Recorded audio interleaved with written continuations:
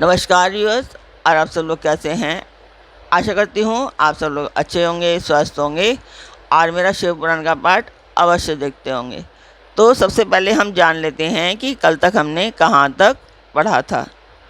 तो कल तक था कि शिव आते हैं शिवा के दरवाजे पर, यानी मैना और हिमालय के दरवाजे पर, और उनका जो रूप होता है उसे देख कर के मैना डर जाती हैं और उसके बाद हट कर लेती हैं कि मैं अब शिवा का व्यवहार शिव के साथ नहीं करूँगी। तब विष्णु जी समझाते हैं और विष्णु जी के समझाने पर मैना कहती हैं कि यदि शिव अपना रूप मतलब अपना रूप सही कर लेंगे तब मैं अपनी पुत्री को दे सकती हूँ। तो उसी के लिए अगर भगवान शिव सुंदर शरीर धारण कर लें तब मैं अपनी पुत्री को उन्हें दे सकती हूँ। तो वो शिव अपना सुंदर रूप धारण करते हैं, दिव्य रूप धारण करते हैं और उसके बाद में मैं ना उनसे माफ़ी मांगती हैं, क्षमा याचना करती हैं। और फिर उसके बाद में दरवाज़ा होता है, वहाँ पर क्या होता है, तो ब्रह्मा जी कहते हैं कि नारद ऐसी बात कहकर उन स्त्रियों ने चंदन और अक्षत से शिव का पूजन किया और बड़े आदर से उनके ऊपर खीलों की वर्षा की। वे सब स्त्रियां मैना के साथ उत्सुक होकर खड़ी रहीं तथा मैना तथा गिरिराज के भूरी भूरी भाग्य की प्रशंसा सराहना करती रहीं। मुने स्त्रियों के मुख से वैसी बातें सुनकर विष्णु आदि सब देवताओं के साथ भगवान शिव को भी बहुत हर्ष हुआ। तो कल तक यहाँ तक था। अभी आप जानना चाहेंगे कि मैं पाठ क्यों कर रही हूँ, तो ये पाठ एक शुभ कार्य है, मंदिर के लिए है और मैं इसमें आप सब लोगों का सहयोग चाहती हूँ कि आप सब सब्सक्राइब करें, लाइक करें और शेयर करें ताकि जो इससे रेवेन्यू आए तो मैं उस मंदिर के लिए कुछ कर पाऊँ। यही चाहती हूँ, यही मेरा उद्देश्य है। तो आशा करती हूँ आप सब लोग सब्सक्राइब करेंगे, लाइक और शेयर अवश्य करेंगे ताकि मेरा ये उद्देश्य पूर्ण हो पाए। तो जिस मंदिर का मैं वर्णन कर रही हूँ उस मंदिर की मैं वीडियो डालती हूँ, आप लोग देखें और मुझे बताएं कि आपको मेरा पाठ कैसा लगता है। अगर कोई कमियाँ दिखाई देती हैं तो वो भी बताया कीजिए कि मैं किस तरीके से आगे और कर सकती हूँ।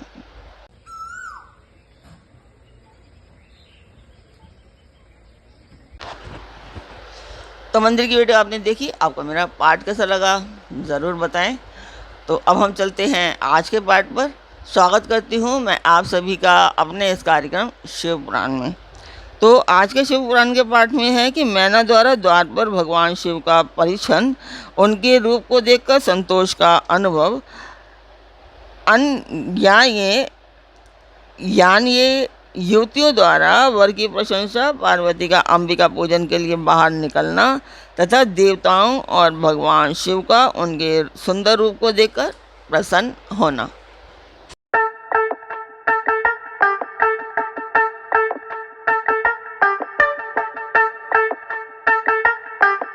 तो ब्रह्मा जी कहते हैं कि नारद, तदंतर भगवान शिव प्रसन्न चित्त हो अपने गणों, समस्त देवताओं तथा अन्य लोगों के साथ कौतूहल पूर्वक गिरिराज हिमवान के धाम में गए। हिमाचल की श्रेष्ठ पत्नी मैना भी उन स्त्रियों के साथ घर के भीतर गईं और शंभू की आरती उतारने के लिए हाथ में दीपों से सजी हुई थाली लेकर सभी ऋषि पत्नियों तथा अन्य स्त्रियों के साथ आदरपूर्वक द्वार पर आईं। वहां आकर मैना ने संपूर्ण देवताओं से सेवित गिरिजापति महेश्वर शंकर को, जो द्वार पर उपस्थित थे, बड़े प्यार से देखा। उनकी अंग कांति मनोहर चंपा के समान थी। उनके एक मुख और 3 नेत्र थे। प्रसन्न मुखारविंद पर मंद मुस्कान की छटा छा रही थी। वे रत्न और सुवर्ण आदि से विभूषित थे। गले में मालती की माला पहने हुए थे। सुंदर रत्न में मुकुट धारण करने से उनका मुखमंडल उज्जवल प्रभा से उद्भासित हो रहा था। कंठ में हार आदि सुंदर आभरण शोभा दे रहे थे। सुंदर कड़े और बाजूबंद उनकी भुजाओं को विभूषित कर रहे थे। अग्नि के समान निर्मल एवं अनुपम, अत्यंत सूक्ष्म, मनोहर, विचित्र एवं बहुमूल्य युगल वस्त्र से उनकी बड़ी शोभा हो रही थी। चंदन, अगर, कस्तूरी और मनोहर कुमकुम के अंगराग से उनके अंग विभूषित थे। उन्होंने हाथ में रत्न में दर्पण ले रखा था और उनके दोनों नेत्र कज्जल से सुशोभित थे। उन्होंने अपने प्रभा से सबको आच्छादित कर लिया तथा वे अत्यंत मनोहर जान पड़ते थे। अत्यंत तरुण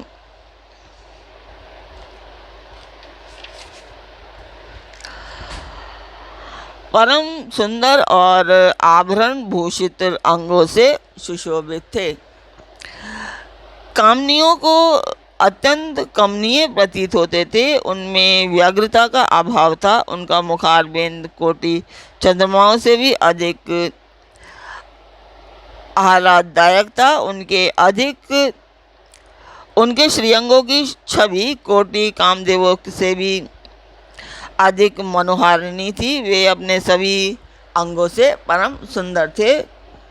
ऐसे सुंदर रूप वाले उत्कृष्ट देवता भगवान शिव को जमाता के रूप में अपने सामने खड़ा देख मैना की सारी शोक चिंता दूर हो गई। वे परमानंद सिंधु में निमग्न हो गईं और अपने भाग्य की गिरिराज हिमवान की और उनके समस्त कुल की भूरी भूरी प्रशंसा करने लगी। उन्होंने अपने आप को कृतार्थ माना और वे बारंबार हर्ष का अनुभव करने लगी। सती मैना का मुख प्रसन्नता से खिल उठा था। वे अपने दामाद की शोभा का सानंद अवलोकन करती हुई उनकी आरती उतारने लगी।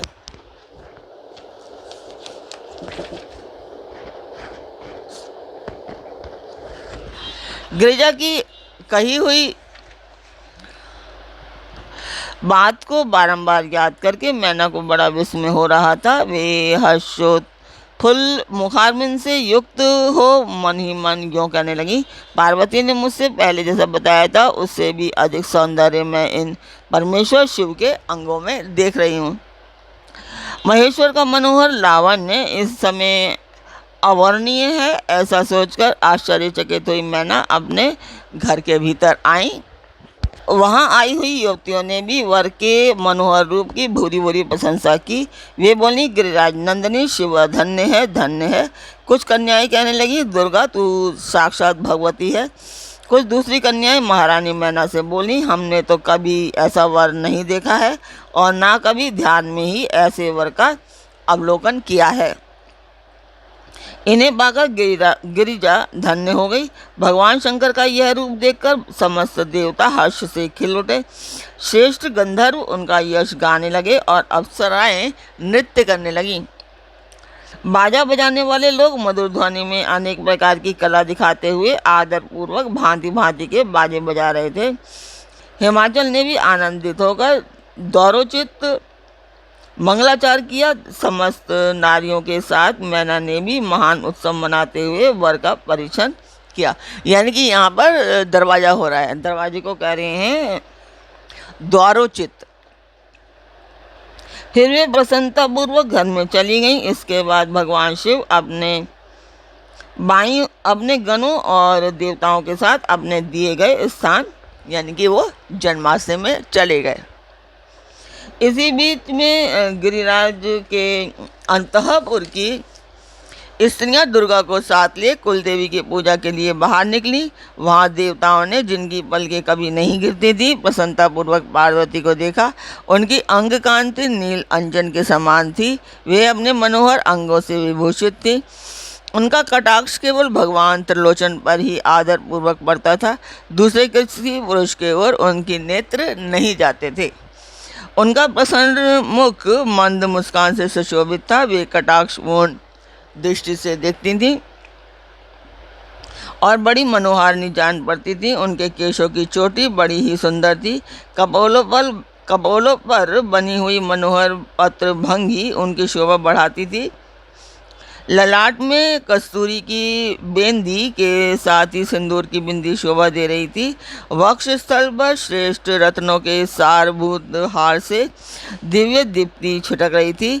रत्नों के बने हुए केयूर, वलय और कंकन से उनकी भुजाएं अलंकृत थी।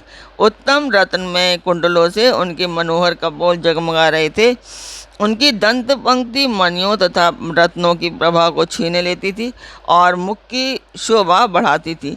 मधु से पूरित अधर और ओष्ठ बिंब फल के समान लाल थे। दोनों पैरों में रत्नों की आभा से युक्त महावर शोभा देता था। उन्होंने अपने एक हाथ में रत्न जड़ित दर्पण ले रखा था और उनका दूसरा हाथ क्रीड़ा कमल से सुशोभित था। उनके अंगों में चंदन, अगर, कस्तूरी और कुमकुम का अंगराग लगा हुआ था। पैरों में पायजे बज रहे थे और वे अपने लाल लाल तलुओं के कारण बड़ी शोभा पा रही थीं। समस्त देवता आदि ने जगत की आदि कारण भूता जगत जननी पार्वती को देखकर भक्ति भाव से मस्तक झुका मैना सहित उन्हें प्रणाम किया। त्रिलोचन शिव ने भी बड़ी प्रसन्नता के साथ कनखियों से उन्हें देखा और उनमें सती की आकृति देखकर अपने विरह वेदना को त्याग दिया। शिवा पर आंखें गड़ाकर भगवान शिव उस समय सब कुछ भूल गए। उनके सारे अंगों में रोमांच हो गया। वे हर्ष का अनुभव करते हुए गौरी की ओर देखने लगे। गौरी उनकी आंखों में समा गई थीं। इधर कालीपुरी से बाहर जाकर अंबिका देवी की पूजा करने के पश्चात ब्राह्मण पत्नियों के साथ पुनः अपने पिता के रमणीय भवन में लौट आई। भगवान शंकर भी मुझ ब्रह्मा, विष्णु तथा देवताओं के साथ हिमाचल के बताए हुए अपने नियत स्थान पर प्रसन्नतापूर्वक गए। वहाँ गिरिराज के द्वारा नाना प्रकार की सुंदर समृद्धि से सम्मानित हुए। वे सब लोग सुखपूर्वक ठहर गए और भगवान शिव की सेवा करने लगे। तो आज का पाठ यहीं पर पूर्ण करते हैं। कल फिर मिलेंगे एक नए पाठ में, एक नई उमंग, एक नई तरंग के साथ। तो तब कल तक के लिए आज्ञा दीजिए। ओम नमः शिवाय। जय माता की।